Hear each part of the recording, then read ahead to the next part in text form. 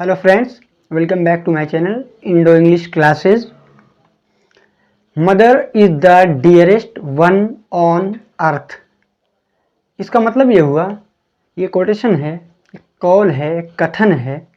इसका अर्थ ये होता है कि संपूर्ण विश्व, संपूर्ण सृष्टि, पूरी दुनिया, पूरी कायनात में माँ से अधिक प्यार करने वाला कोई और हो ही नहीं सकता।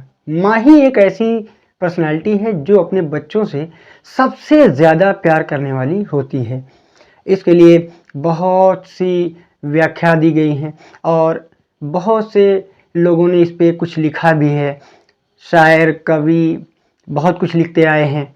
जैसा कि किसी शायर ने ये लिखा था, रूह के रिश्तों की ये गहराइयाँ तो देखिए, चोट लगती है हमारे और चिल्लाती है माँ। फिर अगली कड़ी उन्होंने कहा, पहले बच्चों को खिलाती है सुकूनो चैन से, पहले बच्चों को खिलाती है सुकूनो चैन से, बाद में जो कुछ बचे वो शौक से खाती है माँ। और अगली कड़ी किसी ने कहा कि चाहे हम खुशियों में माँ को भूल जाएं दोस्तों, जब मुसीबत सर पे आती है तो याद आती है माँ। कितना बढ़िया लिखा। और आखिरी कड़ी इसने लिखा कि प्यार कहते हैं किसे और ममता क्या चीज़ है, कोई उन बच्चों से पूछे जिनकी मर जाती है माँ। अब इससे बढ़िया एक्सप्लेन तो हो ही नहीं सकती। कितना बढ़िया शायरी में किसी ने ढाल दिया। यही देखें, यही हुआ आज के जो हम सेंट्रल आइडिया आपको दे रहे हैं, जो मोस्ट इम्पॉर्टेंट समझा जा रहा है, वो है माई मदर एट 66। इसमें हुआ ये कि इसकी पोएटेस, जो शायरा, जो कवियत्री हैं, वो हैं कमला दास। स्टोरी कुछ इस तरह से थी कि कमला दास अपनी माँ से कुछ दूर रहती थी। कोचीन में ये अपनी माँ को मिलने के लिए आई और फिर उसमें फ्राइडे के दिन का जो है वर्णन हुआ है। और फिर वो जो है अपनी माँ से मिलकर जब वापस होने लगी तो हुआ ये कि कार में बैठी हुई माँ को जब इन्होंने गौर से देखा तो उनको लगा कि अब मेरी माँ बहुत बूढ़ी होने वाली है, बहुत बूढ़ी हो चुकी है, जैसा कि 66 ईयर्स ओल्ड दिखाया भी गया इसमें। तो इसमें हुआ ये कि उनको ऐसा लगा कि अब तो मेरी माँ बूढ़ी हो गई, जीवन का अंतिम पड़ाव जो है चल रहा है, लास्ट स्टेज। अब इसके बाद उनका सिर्फ और सिर्फ वही क्या, राम नाम सत्य बचा है। समझ रहे? तो होता ये है कि उनको दुख होने लगा। भाई क्यों ना दुख हो, हर किसी को अपनी माँ से इतना प्रेम होता ही है। और कोई भी हो संपूर्ण संसार को भूल जाए, लेकिन अपनी माँ को तो शायद कोई नहीं भूलता। तो और एक बेटी अपनी माँ को कितना प्यार करती है वो तो बेटियां ही जाने, हम पुरुष इतना एहसास ही नहीं कर सकते। तो कहना ये है कि वो अपनी माँ से मिलकर वापस आ रही थी। कार में उन्होंने अपनी माँ के मुरझाए हुए चेहरों को देखा। मुरझाए हुए नहीं, बल्कि मैं कहना चाह रहा हूँ कि आप भी कल्पनाओं में थोड़ा सा डूब कर इसको सोचें कि अगर किसी बूढ़ी महिला का दांत टूटा हुआ हो और चेहरे पे झुर्रियाँ हों और वाइड गैप्ड माउथ, यानी खूब ज़्यादा चौड़ा मुंह खुला हुआ हो, ये बताइए, और वो ऊँग रही हो, कैसा लग रहा होगा? जैसे लग रहा होगा कि बस यमराज आस ही पास कहीं मंडरा रहे, है ना? तो इसमें पूरा सेंस जो है, एक कवियत्री जो कि कमला दास अपने आप में कवियत्री भी हैं, उन्होंने अपनी माँ के बारे में लिखा भी है। तो उन्होंने क्या कहा है, कहने की ये कोशिश की है कि माँ जब बिछड़ने वाली है तो मेरे अंदर दुख होने लगा और मैं बिल्कुल उसी दुख के एहसास में डूब गई।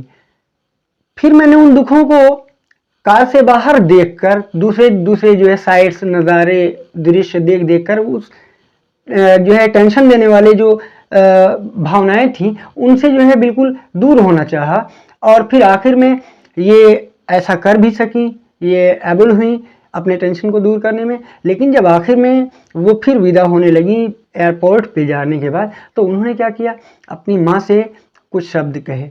हर कोई होता है कि गुडनेस के लिए, भलाई के लिए कुछ ना कुछ कहता है। अब उसी का पूरा भाव मैं आपको स्टोरी बता चुका कि ये किस तरह से इसका एंगल चलेगा। अब यहाँ देखें पूरा सेंट्रल आइडिया, मैं शब्दों के माध्यम से आपको इसका अर्थ बता देता हूँ। माई मदर एट 66, 66 साल की उम्र में, आयु में मेरी माँ। The central point of this poem, इस कविता का केंद्र बिंदु, इज डैट है कि द पोएटिस, देखिए पोएट का female poet's, the poet's has fear, कवियत्री डर रखती है, कवियत्री के अंदर डर है, किस चीज का? ऑफ लॉजिंग हर मदर, अपनी माँ को खो देने का। इस कविता का केंद्र बिंदु यही है कि कवियत्री के अंदर अपनी माँ को खो देने का डर है। अब आगे देखें, her mother is in the last phase of her life, her mother is, उनकी माँ है, उनके से तात्पर्य कौन? कमला दास यानी पोएटेस जो कवियत्री है।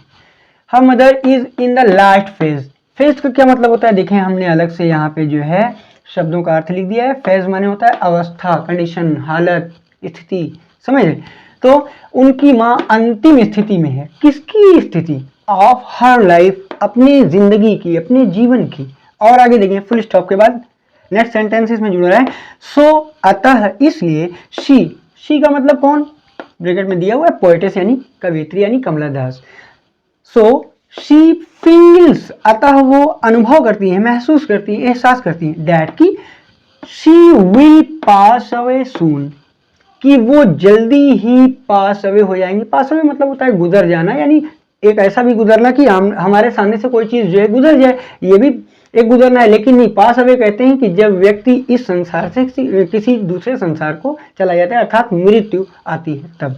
तो she feels that she will pass away soon, वो महसूस करती है, एहसास करती है कि वो बहुत ही जल्दी गुजर जाएंगी यानी मर जाएंगी। यहाँ एक पहला शी जो आया वो कवियत्री पोएटेस यानी कमला दास, और दूसरा शी जो प्रोनाउन यूज किया गया है वो है कमला दास की माँ।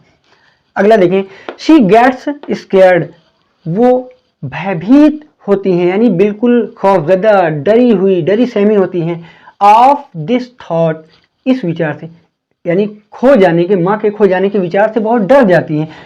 To come out of these negative feelings, to come out, बाहर निकलने के लिए, बाहर आने के लिए, ऑफ दीज नेगेटिव फीलिंग्स, इन नकारात्मक भावों से, इन नकारात्मक भावों से ऊपर निकलने के लिए, शी डाइवर्टेड हर अटेंशन, उन्होंने अपने ध्यान को, अटेंशन को डाइवर्ट किया। डाइवर्ट करना मतलब मोड़ देना, यानी अपने ख्यालात को मोड़ दिया।